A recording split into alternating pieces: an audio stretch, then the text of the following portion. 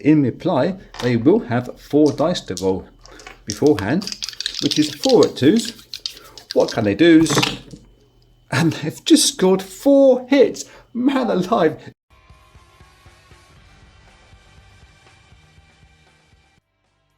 Okay, we are back with video number 2 of our Inferior 1 Houseful playthrough thingy with Axis and Allies Anniversary 1942 setup. Now, before we get going, may I mention that I make these videos in aid of a charity called Cure Parkinson's. You can guess what they're trying to do. There's a link to them below this video, one in the About section on the channel page. If you happen to have a spare $1, Euro, Yen, or British pound you can send to them, I'm sure they'd appreciate it. Now we're on with the Japan. It's their turn on the start of turn number 4. But a quick look see at Europe, see what's coming up for later on. As you can see there is this topsy-turvy battle, I guess you'd call it, for that Western Front, because Germany have come around the north, Soviets have come down via the south, and it's led to a weakness here on the German front and a weakness here closer to Moscow. More worrying for the Soviets. That we will have a look at later on. For the moment though, we're concentrating on this battle in the Pacific. At the end of the last video, there was one massive battle between America and Japan over there off of Wake Island, where the Americans came forward, Japan hung back, and they had got the advantage. They forced the Americans to retreat from that attack there, and whilst Japan could come forward and attack Hawaiian Islands, the numbers aren't brilliant for what they would have left on a 1-for-1 casualty rate. And should it go badly for Japan, it would leave a massive hole in their Pacific fleet and give away the advantage that they've gained thus far. So nothing will be happening here. This Japanese fleet is going to be staying here. This Japanese fleet, this small one, is going to be added to from their purchase. And Japan are also now finally going to have a crack through at India. They've waited and waited and waited until it was absolutely prime for them to go to India, because the Brits hadn't really supported that very well themselves. They're concentrating their efforts over in North Africa, which has now completed that part of their mission. So Japan now will have to move some units into India. These guys here from here, a couple of guys getting picked up on transport, they're going to move out into India as well. And then there's going to be some filling in behind from these units getting picked up from Manchuria on transport ships and into Hupeh as well. So just to keep on this mopping up job being done on the Chinese troops there. So let me do all the combat movements off camera, and I will see you for the first battle, which will be most of these guys, couple of guys, and these guys into India. I shall see you in a second. Okay, this is the battle for India. We've got a couple of guys coming in off of the sea, a couple of guys on land, and a couple of fighters in there as well. First thing we've got to roll is this anti-aircraft gun for the Brits, rolling in at once, seeing what it can do. And remember, anti-aircraft gun rules are the standard from out of the box, not taking any effect from the inferior ones that we're using for the rest of the combats. And they have both missed anyway, so that doesn't matter at all. We then get to have these 2 fighters and 1 tank rolling in at 3s. We then have, let's do it on black dice rather. They're rolling in at 3s. These 2 guys are rolling at 2. That's the amphibious guys coming in. And 1 guy going in naked at a 1.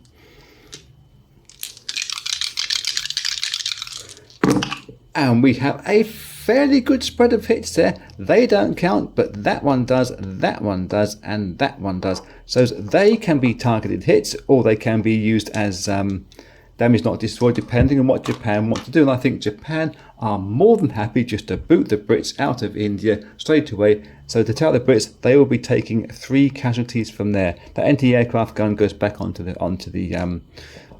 board. So 1 guy is completely knocked out as a casualty, and 2 guys are taken as damaged not destroyed. They will go back onto the British card to be repaired next time. Even just 1 British guy in there. But in reply, they will have 4 dice to roll beforehand, which is 4 at 2s. What can they do? And they've just scored 4 hits. Man alive. The Japanese units fell over in sympathy from that dice roll. There are 4 casualties. Wow. That is pretty spectacular from there. So there will be 4 Japanese guys goes. If we take 1, 2, 3, 4, the cheapest guys, They cannot invade India. They cannot take those 3 IPCs into their economy and away from the Brits. So I think we're going to have to take one expensive fighter from that. Being as there's only one being rolled, Japan can take that as a damaged not destroyed. Cheapest air unit with one of their fighters. They take the one that's fallen over as a damaged not destroyed, and then take the other 3 casualties themselves on their infantry and artilleries. They will be usual regular. They're gone completely from this game, as is these 3. Then to finish off the battle, we have to think that Japan do not want to take another casualty from those Brits, because that's going to be really expensive, taking 2 fighters out to grab hold of a 3 IPC territory. Going to have to do it though, I think. So Japan are going to roll 2 at 3 and score 2 hits. One of those will be taken as a damage not destroyed, because it's the first one that will count for the Brits. They will have that guy can be repaired at the end of their phase, but he will get a defensive roll at 2s and score a hit as well. So, well, I guess again, Japan are absolutely hating that, but they can take that one as a damage not destroyed onto that guy there using our special Inferior 1 households. That is the battle for India completed. Next up, we'll look at the battle into Hupeh, I think. So the battle into Hupeh gives Japan a little bit more punch this time. And they've got 1 bomber that's going to be rolling in at 4, and they've got 2 infantry artillery combinations rolling in at 2s. And scoring just the 1 hit. They'll be disappointed with that. The Chinese guys there, they will take 1 guy in as a regular casualty. They got 4 guys that are defending, all at 2s.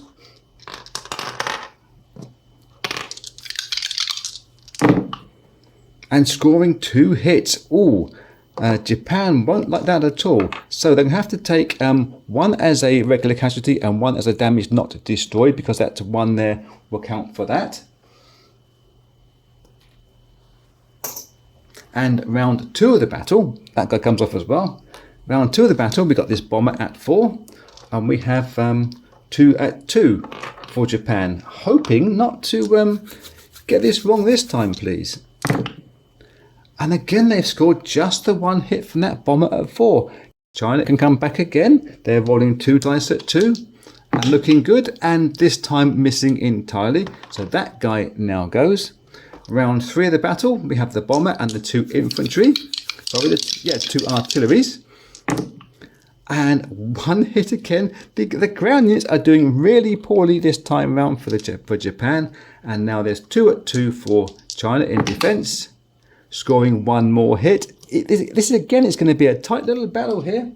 Whether they can, we can't let that bomber taken as casualty. That would be ridiculous. That guy comes off the board. We now have the bomber at 4, black dice, and the artillery at 2s with the red dice. And finally get a hit out of that. This guy is damaged, not destroyed from that 1 that's there. And in reply, can he do a hit? He can't, he misses. That's a little bit of a relief for Japan there. So that guy goes to back to be repaired at their purchase and repair phase. This will go back into Hupeh. So the Japanese have grabbed that nicely, and their bomber can land back into, I think it's going to be Fukan. So let me now tidy all that up on the board, sort out the IPCs, and get back to you when everything is all moved in and we've got the Japanese reinforcements in place too. Okay, that's how it looks now in Chinese mainland. We've made all the non-com moves and put the guys back on the board after the battles. We've had to use some of the guys from Manchuria onto some transport ships, bring those down to try to help boost up these forces down there, because Japan weren't expecting quite that many losses down there in this China battle versus Hupeh. And India didn't go particularly well for them, although we have obviously got into India. The Japanese purchase was mainly Navy. A couple of tanks as well from Manchuria, but it was mainly Navy. And I think this particular game has been excellent for Japan. economy-wise, they've put just enough money into the China battle to be keeping the Chinese at bay. The Chinese can't get enough units back onto the board to have a successful bash back at them. And not a penny's been wasted by Japan in doing it. It means that all the money Japan have got gone into the Pacific and are keeping America back. I cannot see America coming forward from here unless they're entirely abandoning the Atlantic side of the battle, or the European side of the battle. Obviously, it has been helped out by the Brits in India not getting a factory, not getting units into here anywhere near soon enough. So I think that's a mistake by the British player. That'll be me as well. And I think we now just have to accept that Japan have got this side sewn up for the moment, and we can look at more at the European theatre. Let's have a look at that right away. We'll swing across over there and just focus in a little bit on the east-west border. And I think it's going to be the Soviet turn next. But we won't be doing anything for them apart from bulking up their forces. They've got a factory here in Moscow and one down here in Caucasus. The one in Karelia has already been lost to Germany. I think all that the Soviets are going to be doing is just bulking up and perhaps shuffling a few units around this edge to try to get as many units forward as it can to protect Moscow itself. And then we'll see what happens with the German turn after that completely separately. So I will see when we get onto the German turn, they'll be queuing up some battles into here, and we do all of those live for you too. It is the German turn of turn number 4, but a quick look at the Soviets before we go on with it. I did say we weren't making any attacks with the Soviets. I did have a stutter with that, a moment of doubt, thinking we could move from eastern Ukraine against these guys in Poland. But the difficulty with that, when we could use the fighter to come in, difficulty with that would have been that we would be one stage further forward, putting a small hiccup in the German supply line, but in range of these tanks coming through and this artillery. I think it is the best thing to hold these Soviet guys back for as long as we can. We've managed to move some tanks up into Russia, and I think one got further forward into Archangel, which came from eastern Ukraine on the non-com movement phase, which is all really the Soviets have done apart from some purchasing. But because they had one tank in the boneyard being repaired, and the limitation of having only 4 units can go to this factory and 6 into that factory, we've had to, or we could purchase extra heavy hitting tanks rather than infantry artillery units, because of the money that's sloshing around with this bonus income that you get in anniversary. And it has meant that whilst the Soviets can have a bit more of a punch back in their defence, they're also fairly strong attacking units as well. So should Germany get something wrong on these attacks here, the Soviets believe they can capitalise on it mightily. Now, onto the German turn. We have flagged up 2 attacks. One here is in Archangel. It's all these guys here from Karelia are just going to be going in and seeing what they can do. Plus, we got one attack over in the English Channel. Now, I have made the purchase already for this in preparation for goods and bads coming up. Germany are buying themselves some more infantry to go in and fill in wherever we can get them into, but also one destroyer, one submarine, and a bomber and a fighter. The reason being, the thinking from the German High Command is that we have a fairly reasonable supply line coming up through here. It's not fully operational yet. We've got a factory up here in Karelia. If we can punch forward from there, we don't really need our transport ships. And if we can punch out into the English Channel and take out this British fleet, they are going in actually 1 factor less. I think there's 12 hit numbers there and 13 hit numbers that the English have got in the Channel there. But a successful mission out into here, smashing their way into the Channel, into the Atlantic Ocean, will just absolutely scupper the Allied plans entirely. And the Germans losing a battle up there won't be too terrible because they've got infantry, artillery guys in Germany building up. You know how that's all going to work out. Only going to be good for Germany. So let's stop waffling and get one of these battles up on the board. I think the first one we're going to do is this big navy battle into the English Channel. I'll get it set up and I'll see you there.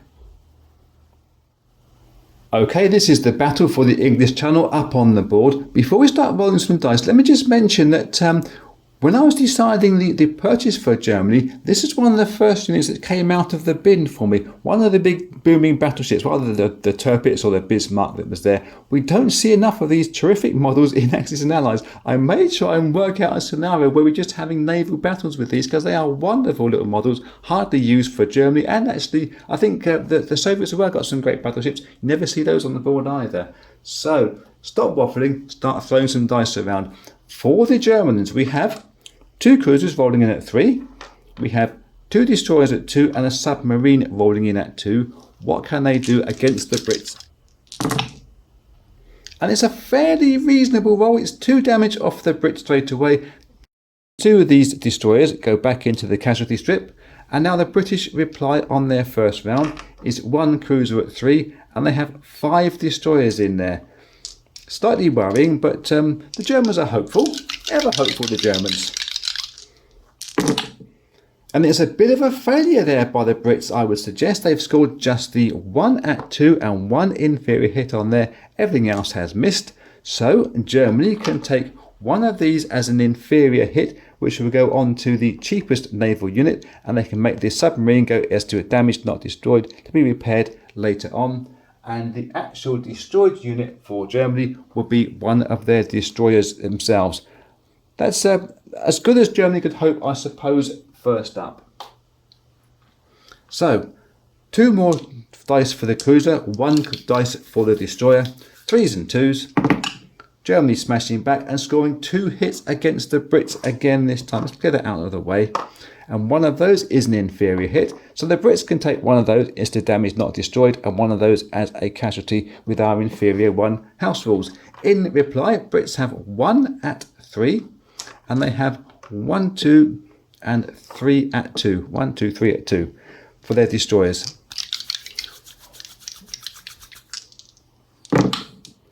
And it's again a poor hit really by the Brits. It's just 2 hits there. 1 from the cruiser, 1 from the destroyer, but it is actually taking out 2 units now. They're going to lose this one and this one as far as Germany are concerned back from that battle. Brits have 1 destroyed and 1 in the repair yard. Now the final round of this battle, I think Germany may consider pulling off from this battle, but as I said to you, they really regard that their navy as being a bit superfluous for the moment. And if they can be successful with really going to be 2 lucky rolls to do that and take out the rest of this British fleet, take out the transport as well, it's all good for Germany, we think. 1 roll for Germany at 3. I've got all my fingers crossed here behind the back. Anyway, 1 for Germany and it misses. Oh dear. Okay, we got 3 and a 2 for Britain versus Germany in the English Channel. And the Brits have missed as well. So, round 4 of this battle. Come on, Germany. We're rooting for you this time round because you were fractional underdogs there at a 3 and scores a hit. So this guy will go into the casualty strip. Now a 3 and a 2. There's your 3 for the cruiser. There's your 2 for the destroyer. What can Britain do? Can they clear the Germans out of the English Channel? They can. With that cruiser scoring a hit there, this guy now goes from the battle. This guy goes from the battle. And these guys go back into the English Channel. I would suggest that it was a plucky fight done by the Germans there. And of course, on their purchases for next round, or the end of this round rather, they've got themselves a destroyer and a submarine to go into the sea zone number 5, which is just up there to try to give some kind of protection. I don't think it's going to last very long with so much air coming over, but they a good show of it the Germans did there. So well done you, sir. Let's get the battle into Archangel on the board next. Okay, this is the battle for Archangel on the board. A little bit of a harder fight for Germany than I first anticipated. Didn't really appreciate the amount of infantry that the Soviets got in there. They actually got 8 units as infantry and a couple of tanks. Maybe a bit premature, Germany going forward this turn, but we flagged it, we fight it. That's what I always say. There is actually one more fighter up there in Belorussia, just here. He could have got involved in this battle, but we figure that if we're going to do a skirmish attack, a hit and run attack into Archangel, we don't really want to be using this fighter to retreat back with the Archangel for all the Karelia forces back into there and be out of position for protecting this guy's in here. It's a 50-50 dice roll for that one, but that's the way we've gone with it straight away, even before we've misappreciated the number of infantry units that Soviets got in there. So this is the battle on the board, all ready to go. We have got 1, 2, 3, 4 at 3 for Germany. That's the fighters and the tanks. And they've got 4 guys running in there at 1s. Yeah, it's a bit weaker than I first thought it was going to be, but here we go. See what they can do. Fingers crossed for Germany. And it's not that good. They've just got 2 inferior 1 hits out of it, which means there's no point in particularly targeting anything from this Soviet side of the board. They might as well just give them 2 casualties to be repaired at the end of their phase. So we'd put those 2 into the damaged not destroyed place, and let the Soviets start rolling their dice in defense. I think Germany are holding their breath and girding their loins. We've got 8 units in there at 2s, so we'll have to use those at 2s and those at 2s. And these 2 dice for the tanks, all rolling in at 3s. 2 big handfuls.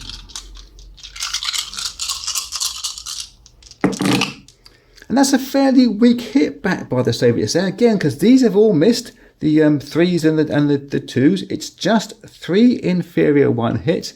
I think they could target that German plane with those 3 hits there. That would hurt Germany quite a lot. They can't know that Germany are going to pull back straight away from here. They may decide that they would take those 3 dice, give those to Germany to take 3 casualties in, to force them to retreat. You know, trying to play this both sides at once, we're trying to decide what people would know and wouldn't know. And I think that being as though Germany have got a factory, that if they gave those to the Germans as damaged and not destroyed, they're only going to build them back into Karelia anyway. So I think the Soviets are going to try to target the most expensive unit they can, and they're going to target this 1 fighter that is lost and gone.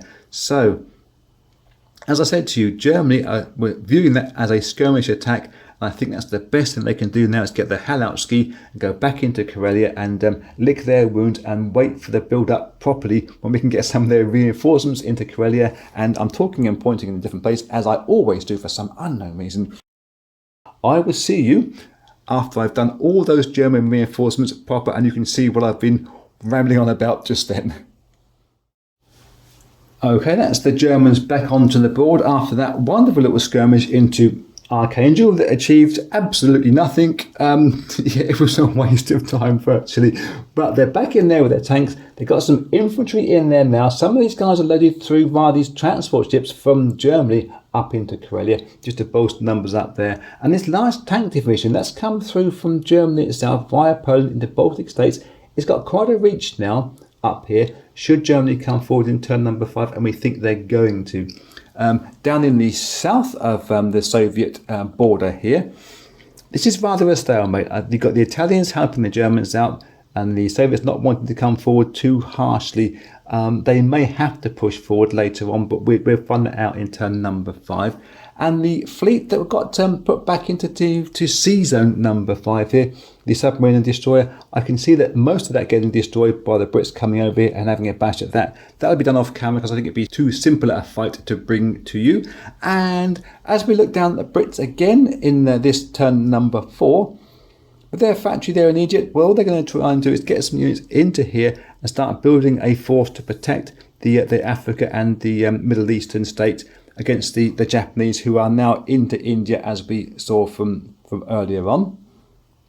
And we go on to the Americans for their part of the turn number 4.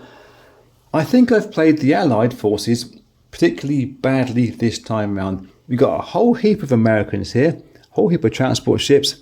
I think Italy are too strong for them, and I think France are too strong for them. What can America do? They can go back home, try to get some more forces built up and come back across the coast and have a real good bash sometime in turn 6, 7, whatever it's going to be. But I've got the Allied wrong on the European side of the map for sure. I haven't got them particularly well done in the centre of the map. And over on the Pacific Islands, well, as we saw from that wonderful battle at the end of the last video, America got themselves well and truly trounced off of Wake Island. So I think that is going to be it for turn number 4, because everybody else is going to be more of a rebuilding phase. I will see you in turn number 5 somewhere when I decide what the first exciting battle is going to be.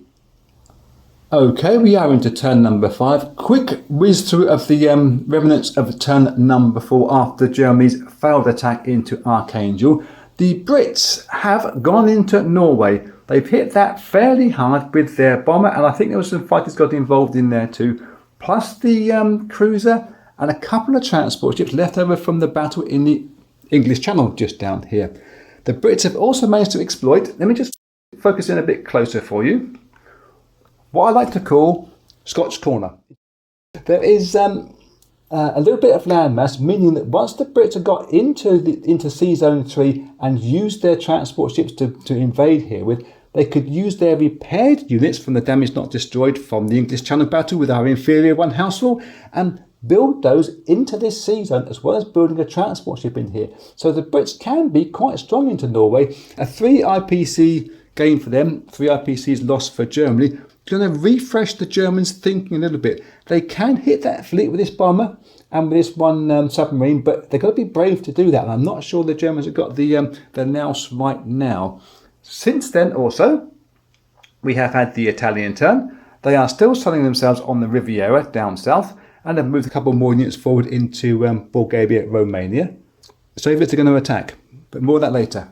The Americans have moved their main transport fleet back out of the North African coast back home to bring more units across for later on in the game, and their Pacific fleet have made a rapid advance to the rear and are back in the off of their western coast, trying to decide whether they try and go north or south or whatever, because the Axis forces have got 10 of their victory cities to the 13 that we usually play to for the projected win. Let's look at that Soviet battle now once more, but a bit closer. What the Soviets are going to do, I've mentioned before this twisting effect with the Germans coming around the top and the Soviets going south. It's made an interesting game a bit, but Soviets can't hang on forever. They can hang on for a little bit longer. There is a hiccup in this German supply line. They have got the factory only producing 3 units a turn, but if the Soviets can come forward into Bulgaria, Romania with this hiccup here in the German supply line, it's going to refocus the Germans' thinking as to whether it can come down this way or go up that way. And now the Brits are in Norway. This is a big point in the game.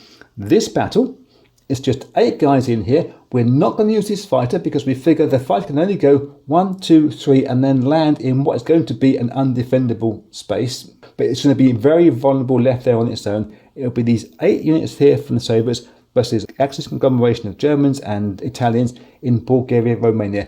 Let me get that up on the battle board and I will see you over there.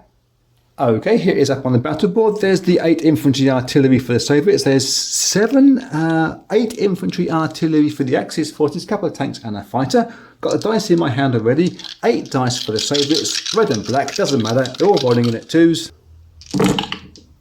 And it's a pretty good smash first up there. Wowee, those 2 have missed. That's me getting excited. But there is 2 regular casualties and 4 are the inferior ones.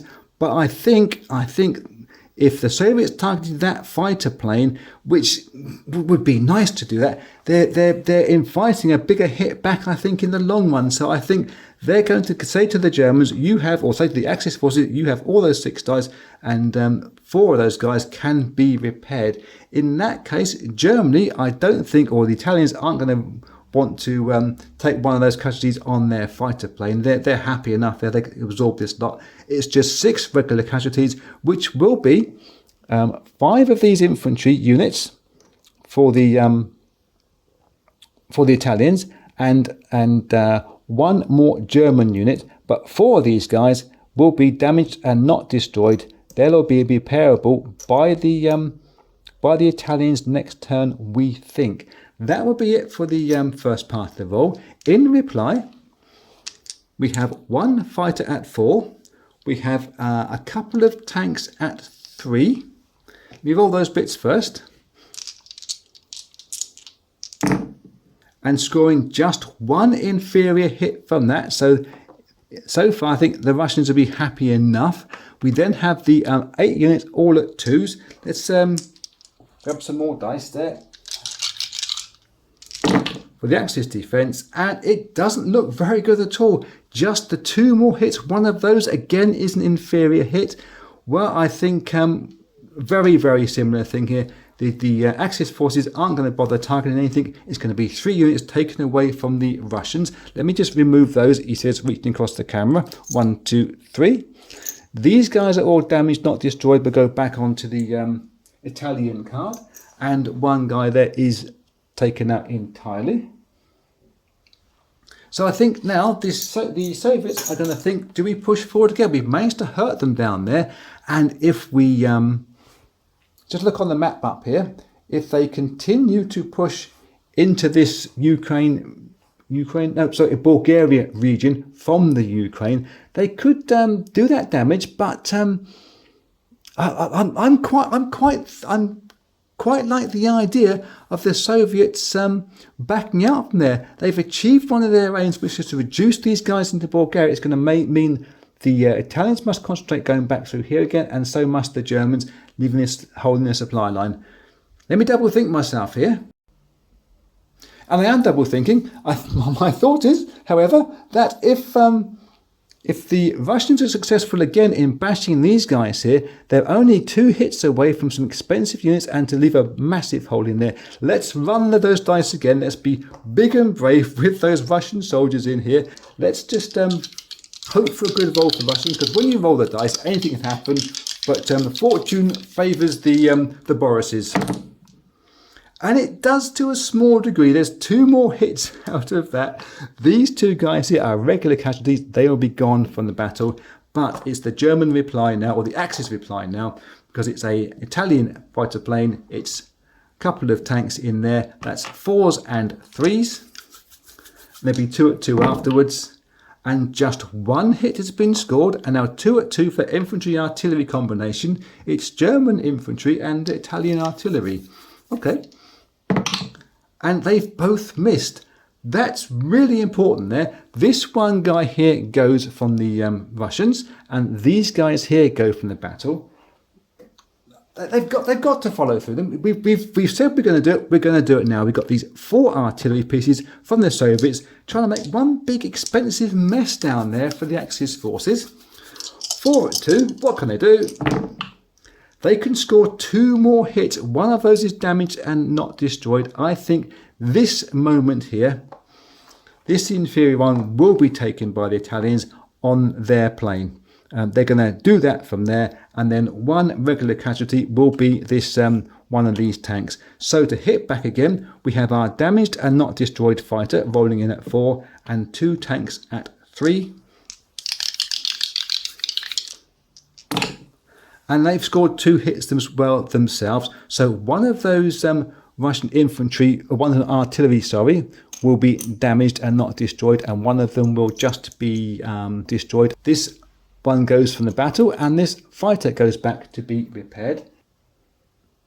I think now the Russians will cash in their chips and say, we've done enough for now. We're going to take these 2 artillery units, put them back into the Ukraine, and end this battle, and allow Germany or the Axis forces to retain hold of Bulgaria with your 1 tank, and I can do all the non-combat movements and the replacements of reinforcing down there. That was a good battle. Even though we didn't follow right through to the end of it, I think that was a success for the Soviet forces there. And I'll see you next up. I think when we look at the German reply, if there's going to be too much bashing backwards, it's probably going to be up here, we think. I'll see you in a bit. Okay, we are back in turn number 5. It's taken some thinking about, it's taken some time, partly because it's MotoGP weekend and I love watching that sport, but also for Germany there's so much money sloshing around and not enough factory capacity. The other reasons why it's taken a little while is I've actually thought out the whole of the rest of turn number 5, and all the action is happening with the early forces, with Germany, with the Soviets, with Japan, and Everything else has been thought through with so few battles or no battles that I haven't got to bring those to you anyway. What's going to be happening is, with the German funds sloshing around so much money about there, they're buying themselves one factory, because they've got a factory in Germany can produce 10 units. They've got a factory up in Karelia can produce just 2 units. It's not enough units getting to the front fast enough. So this one factory that they're purchasing will be going into Poland later on. To protect that factory and to protect the advanced position that Germany have established for themselves, they're going to be pulling their tanks back into eastern Poland from Belorussia and from Karelia to get one large, massive division that can roll forward 2 spaces on a blitz, whatever it's going to be, but to protect the factory they're putting into Poland and to threaten Moscow from slightly afar. There will be one battle taking place. Air from Belorussia, some air from Germany, and some infantry guys from Karelia into Finland. One little guy there, no point bringing that to you, that guy's going to be mincemeat. And the Brits themselves, on their turn, which would then follow, are just loading into Norway. There will be a little bit of flight coming into Sea Zone 5, because Germany, part of their purchase as well, is a couple of destroyers. He's just dropping them on the floor. A couple of destroyers and a submarine being repaired. To go back into the harbour to protect their waters around the Baltic Seas and their German heartland. So that battle would take place. It'll be a simple die roll. That battle takes place. It's going to be a simple Operation Mincemeat, I would suggest. Other than that, the Italians are going to be doing their part, doing sooth. They're going to be coming off their sun lounges and moving themselves into Bulgaria Romania to help try to shore up this border against this Soviet incursion. America will be loading themselves across the Atlantic, again into the North Africa, to try to get a southward push to counter the Britishers' northward push. And over on the far eastern side of the map, over in the Pacific, well, America are going to be doing some kind of job.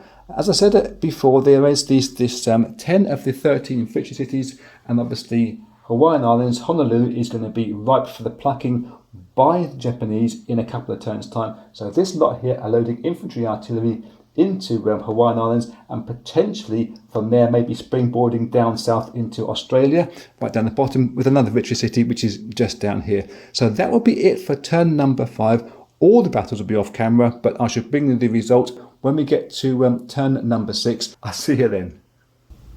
So, okay, on to turn number 6 now, just to bring you some of the things which happened, slightly embarrassingly for the British player here. In Sea Zone number 5, there were 2 destroyers in there for Germany. There were 2 fighters and 1 bomber from Britain came over and had a bash at them. The 2 destroyers from Germany defended themselves valiantly. They knocked out 2 of the British fighters and only had 1 completely destroyed destroyer themselves. The other one was taken as damaged, not destroyed. The Brits didn't have any fighters queued up in response to that. So the fighter there that's in Gibraltar came from the crew that was there in Egypt. The guys that are in Egypt now are trying to move forward into Persia and get themselves eventually to India to try to retake control of the South Asian area. However, part of Japan turn 6 go, which is upcoming, is to purchase a new factory. That will go into India in their turn. It means this factory is producing 3 pieces per turn, whereas the British factory is only producing 2 pieces per turn. So again, we think that the Japanese have played this marvellously. They're in the box seat here. They're going to be sort of holding on to this for the moment and then pushing forward as soon as they can. Also, going back just a fraction to the turn number 5, America moved their fleet into the Hawaiian Islands to try to protect this area, because they're worried about this big build-up of Japanese here. Also, they could use this fleet to come down and retake the Philippine Islands, come down and protect Australia. Well, Japan can read that telegraphed like a pole. They're going to be moving this fleet into Sea Zone 51, just coming down 1 space. All these guys, minus a couple, and most of the transport's going to come down with them into the Caroline Islands. That is going to threaten, in 2 spaces, Australia, and in 1 space, threaten Hawaiian Islands. And if the Americans want to come through and try to retake the Philippines, be my guest, because you take the Philippines, or try to, you've got to come through this fleet in the first place, and leave Hawaii wide open. Japan, I'd say they are bumping away with this side of the map. All that would be off camera because there's going to be only one battle, which is going to be against the Chinese. No need to bring that to you. The main cut and thrust of this turn is going to be happening once again on this east-west border up there. The Soviet player is going to be moving nearly all these units out of Russia into Belorussia. I think there's 4 or 5 Germans in there, and Germany are going to be spawned back into there with whatever they can. This is going to be a big moment in the game. That's the one I get up onto the board for you to see next up. Okay, the battle flag is in place in Belorussia, reminding us that is where it's going to happen. The Soviets did move into Belorussia. They took out the Germans easily. Germans putting up scant resistance to those who were in there, and they've reinforced with some tanks from Archangel into there too, and a couple of infantry guys as well. We do have this one anti-aircraft gun that we can roll for the Russians defending in there against everything from Baltic states, Eastern Poland, and even the bomber from Germany has come over itself to join in with the party. I think as far as the big picture goes from here, however, that should Germany win this, it will be a very large nail in the coffin for the Allied because of how well Japan are doing so far. If the Soviets win this, I don't think it really puts the Allied in front. I think the Axis are still in the box seat. Let's stop waffling, let's start rolling some dice. Anti-aircraft gun can roll 3 dice at the 3 planes coming into it. Try to hit it at once. And closely missing, but missing nonetheless. So the anti-aircraft gun goes back to Belorussia. The one bomber is going to roll in at a 4 first. We're doing one on his own for reasons of dice. And he scores a hit. Nice. So, following on from there, we have 11 dice for the tank divisions that are in there, which is all those lot, plus 2 more dice for the 2 fighters, all going in at 3s.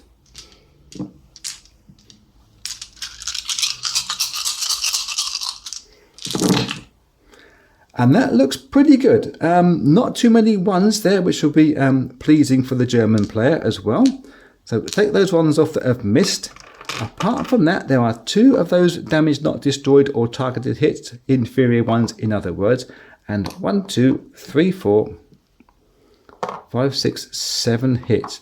Wow. I think Germany would be very pleased with that. Now, as far as their artillery infantry, there are 5 artilleries and 1 infantry guy in there as well. So they're all going to be going in at 2s.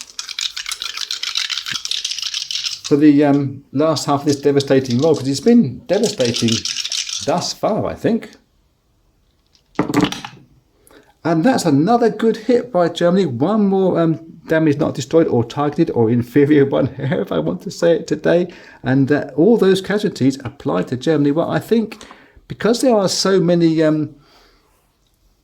good hits, damage done, I think the German player are going to use those 3 hits to target that one Russian fighter there. He can come out into the casualty. He's going to be targeted by them. He is damaged. He's completely gone from this battle, from those 3 1s. The rest of the dice, 1, 2, 3, 4, 5, 6, 7, 8, 9.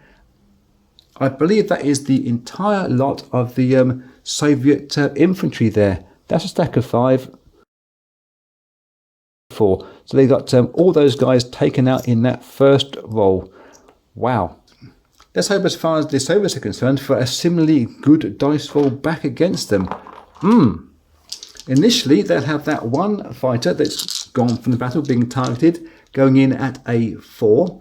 There are 1, 2, 3, 4, 5, 6 tanks going in at 3s. So, a 4 and the rest of the 3s for the Soviets. It's okay. It's a 50% roll, you could say. There's 3 clean hits out of the 7 dice. So yeah, okay. And as far as the infantry artillery, there's now 14 dice at 2 because there's 4 artillery and 10 other pieces there. So 14 dice. 1, 2, 3, 4, 5, 6, 7, 8, 9, 10, 11, 12. I haven't got enough dice. I'll nick one from over there. 13, 14. I can get 14 dice somehow out of it. These are all at 2s. Ooh. Cross your fingers, gird your loins. And despite that one not even making it into the tray, we give them another roll because we can. Yeah, okay. 1, 2, 3 and 4 hits. That is all the damage that has been done back to the Germans. And wow. Let me have a little think about all those casualties and I'll come back to you in 1 second. Okay, decision made by the Soviet player. They are going to inflict these 2 dice onto that expensive bomber there. It's just an expensive unit, and it's all the rationale they can think about for doing that. And 5 more hits being taken by Germany, which is these 5 dice there, which would be 1, and then those guys down there gone from the battle. Wowee. Let's move all the casualties to clear up the board. And then go into round 2 of the battle here. Obviously, Germany's attack forward now has been greatly reduced. Put that one back out of the way. Greatly reduced by that Soviet thrust, but I think they will still try and carry through, even though it's expensive tanks being left slightly exposed there into Belorussia. I think. I'm not so sure that the Russians have enough hitting backness left if we get a successful second roll into here. So it's going to be all those dice again. 1, 2, 3, 4, 5, 6, 7, 8, 9, 10, 11. Plus there is going to be 2. There we go. Dice all confused in my hand now. Plus 2 fighters in there. This is a big moment for Germany. This battle is a big battle. This is a big moment. We're looking at 3s or lesses. We get a hatful of those, and we'll be very happy. And there's quite a few there again. Oh, my giddy aunt. 1, 2. That's the way. Those ones there. That's all gone. There are 3 inferior hits. 1, 2, 3. And 4 clean hits. That's an awful lot of the Soviet cheap forces. Plus we got this 1 artillery piece from Germany that's left in there at a 2. It nearly joined in the battle, but it doesn't do. So I think for that, in this case, I think they're going to give all those dice to the Soviets and say, the Soviets, you must take off 7 casualties yourself. So damage not destroyed on the cheapest units. Well, that's 1. And then 2, 3 for the artilleries, and then 4, 5, 6, 7 pieces are gone. So in reply for the Soviets, I can see 2 tanks plus another 4 tanks.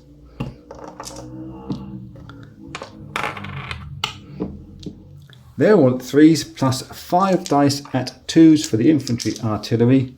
So 3s and 2s. And that's, well, it's not good, is it, really? There are just 4 hits there. 1, 2, 3, 4. And plus left over from before, I don't know what it's doing up there. So the 4, and I think they were all at 1s, weren't they? I can recheck, but I think as far as relieving the pressure on that front, the Soviets will not inflict those as targeted hits. They'll say to Germany, you can take those damage not destroyed and get them back out a little bit.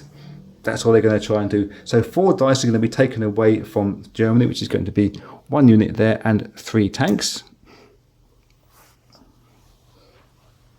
These guys are damaged, not destroyed. They go back to being built in the Russian factory on their turn.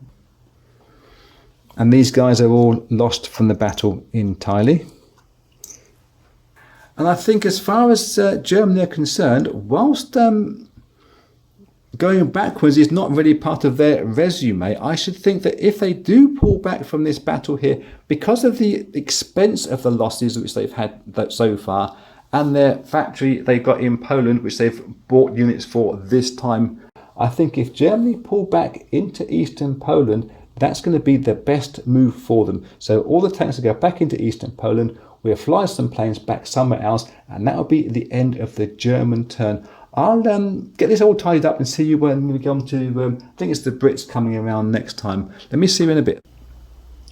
Okay, we're still in turn number 6. That's the German forces being put back onto the board, and all their reinforcements have been put on, and long-con moves have been done.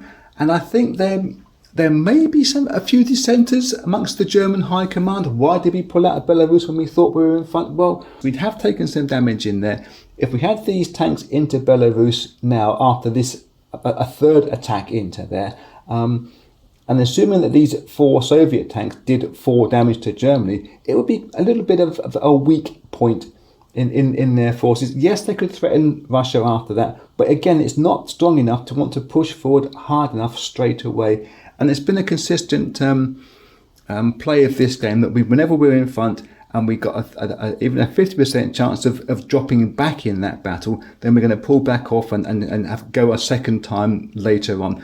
A couple of anomalies from I can't never say that word, anomalies, from the last one there.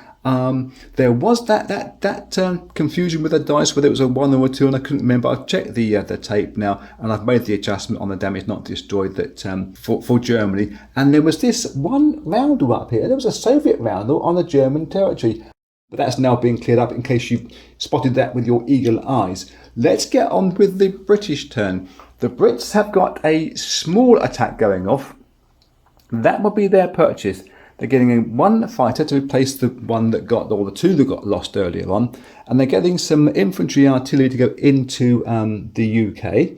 And a couple of guys here. These are guys that goes into the Egypt factory to roll forward there into our South Asian campaign. There will be 1 battle taking place. It's a very simple battle.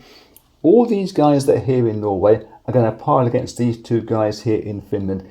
There's no point even bringing the dice rolls because Britain are going to win that. They're going to take these guys that are in Britain into Norway as the extra reinforcements for that area, and this is going to be their sweep down through here. So just so you know what's going to happen, the guys down in Persia, I thought very hard about whether we make an early attack with these 2 fighters and 2 tanks versus what's here. If we can grab that factory early, it will be great. But we're attacking at 3s, they're defending at 4s and 3s and 2s. I don't think Britain could manage that attack this time around. So all that they will be doing is loading these tanks through 1-2 spaces into Persia, and these guys are going to come through. And obviously the next turn number 7, is when the big attack will take place, the UK into India. Other than that, all that the Italians are going to be doing is this continual job of shucking units forward through the Balkans into Bulgaria, Romania, and helping to shore up this southern front here. So again, no more attacks from the Italians down there. And America land, they are going to be having to make a compromise now, finally getting the one-side map idea going. These guys that are in eastern United States are going to come over, drop themselves in North Africa and wait there for another turn.